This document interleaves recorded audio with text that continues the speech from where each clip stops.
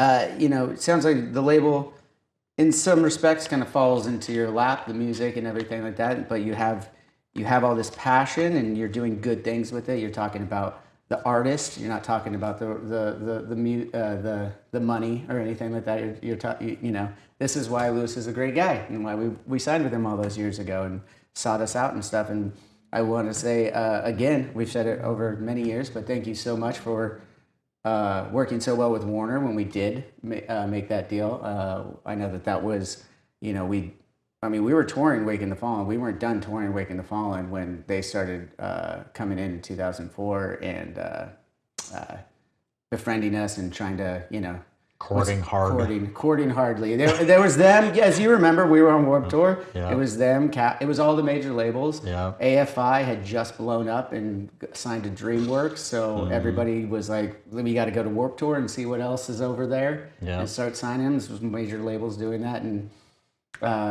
we decided with Warner, Tom Wally, Craig Aronson, late great, and Timothy Oliphant.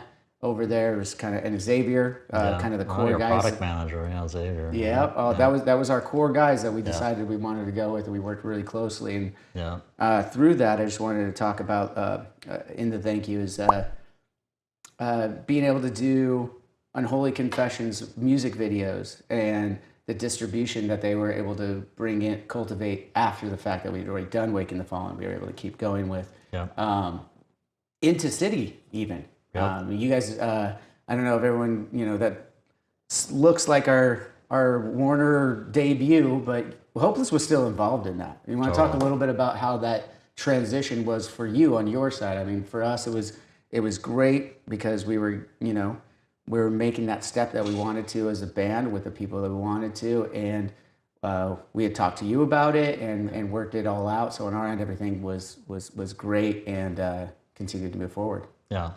Well, we try to be realistic about it. You never like, losing an artist to another label, but at the same time, at that time, we were not able to provide what, Warner could provide. It's a different story now. There's a very small difference between us and a major label and what type of opportunities there are. But back then, it was a pretty big difference, especially it was still a gatekeeper business, with who and what you're paying and all that kind of stuff. So we were realistic about it, and luckily you guys wanted to go with someone who are good people. I still know Tom Wally, still know Susan Janko, and all the people we ended up making that deal with.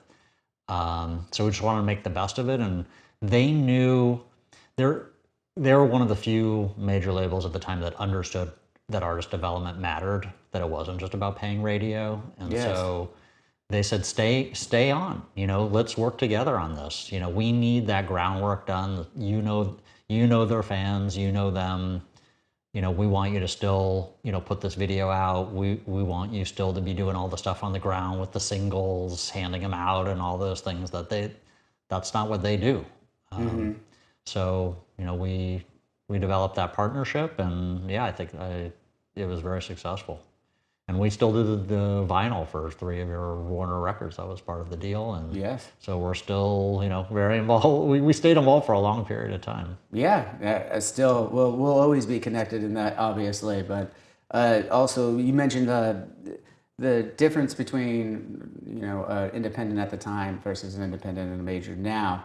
Would you say in working with Warner, those guys, and, seeing what they were doing maybe on the top, and you guys are doing the groundwork, right? As you just described it, for lack of a better way of describing it for right now. Yeah. Did you, through working with them, do you think that you gained some information that you've then used? Like from a was that the first time you'd worked with a major label like that? And did you learn anything from them, you think, moving forward? Yeah. So no doubt, every experience we learn from, but to get on the inside and see what a major label is doing and what things they're doing that we're not doing was very helpful. And But Avenged was actually our second experience with this. Thrice was the first one. That's right, Thrice. Yeah, yeah. Yeah, they went to They went to Island. That's right. Yeah, which was not as good of an experience, to be honest with you. And there's some good people over there, and I'm still friends with some of those people. They're not at Island anymore. No one's at the same label. No, the labels aren't the same. No, you guys are the only label that's kind of the same. Right. Yeah. We actually have Al 25 years, Ian, Aaron, and Eric are 20 years. So yeah, we have a lot of the same people.